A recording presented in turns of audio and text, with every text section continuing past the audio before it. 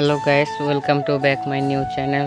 তো আজ 2 দিন আগে আমি একটা ভিডিও আপলোড দিয়েছিলাম যে আমার তোতা পাখিটাকে আমি বিক্রি করে দিয়েছি। তো আপনারা সবাই অনেকেই কমেন্ট করছেন যে ভাইয়া কবে নতুন পাখি কিনবা। তো অবশেষে একটি পাখি নিয়ে ফেললাম। তো দেখতেই পারতেছো পাখিটা আমার হাতের মধ্যে বসে আছে। পাখিটা অনেক দুষ্টামি করে আর ধরতে গেলে হাতে কামড় মারে। তো সবাই হয়তো ভাবতেছেন যে রিংনেক পাখিটার দাম কত।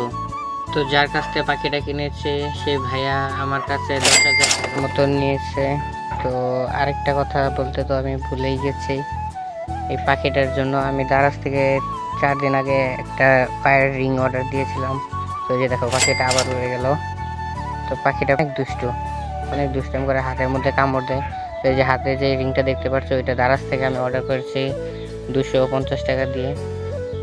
তো এই রিংটা ওর জন্য খুবই প্রয়োজন ছিল, কেননা এটা দিলে তাড়াতাড়ি পোষ মানবে।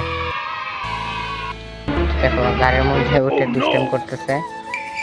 আর পাখিটার নাম কি দিব সেটাই ভাবতেছি। যদি তোমরা ভালো কোনো নাম জেনে থাকো তাহলে অবশ্যই কমেন্ট বক্সে বলবা।